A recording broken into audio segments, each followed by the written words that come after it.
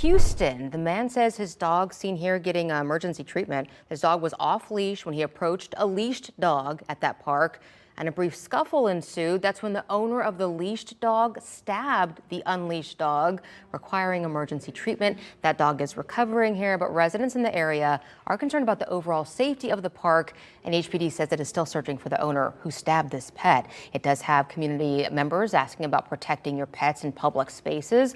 Joining us to talk about it is behaviorist Lisa Tynan. Lisa, thanks for making time for us. I mean, what an awful situation to find yourself in, and I would imagine from a proactive stance, you want to touch on the leash law, but how else can we better protect our pets in public spaces like this?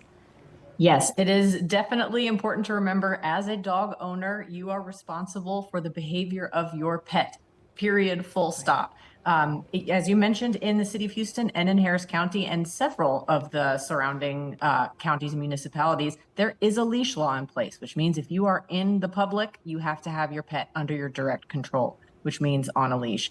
Now, a lot of people feel like if they're going to a public place, they should be safe, they should have their pet on a leash, but you can't always account for the behavior of other people and their pets. So all you can do is prepare yourself, and that means you have your dog on a leash, you prepare them for being out in public, you socialize them properly, and you also want to make sure you maybe have some emergency supplies with you. I always carry, if I'm working with dogs, I have a little cute little fanny pack that has supplies in it, an extra leash. It has a bite stick just in case dogs get into a tussle and I can't safely separate them. But there are a lot of different things that we can talk about where if the unfortunate does happen, there are things that you can do to try and keep yourself and your pet safe. Real quickly here, Lisa, if you do come across a dog fight at a park or a dog attacks you, what's the best thing to do in that moment?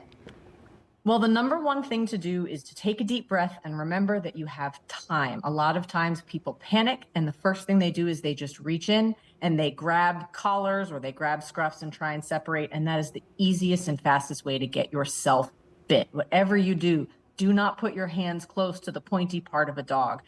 If a dog fight is taking place, you want to go towards the back of the dog, and we call it wheelbarrowing. You want to grab them by the hips, right behind that kind of notch where their hip bone is, and pick them up. And when their back feet are off the ground, it makes it very hard for them to continue whatever it is that they're trying to do. And you walk backwards until somebody can safely get a leash on that dog.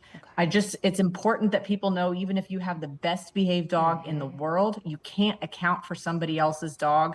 And even if your dog is friendly and you say, oh, my dog is friendly, it's okay, just remember the dog who's on a leash might not be. And so it's very, very important to just act as though everybody is a threat, unfortunately, and always ask permission before you let your dogs approach one another. Excellent tips to put out there. I wish we had more time, but behaviorist Lisa Tynan, thank you so much for being with us, shedding some light on this.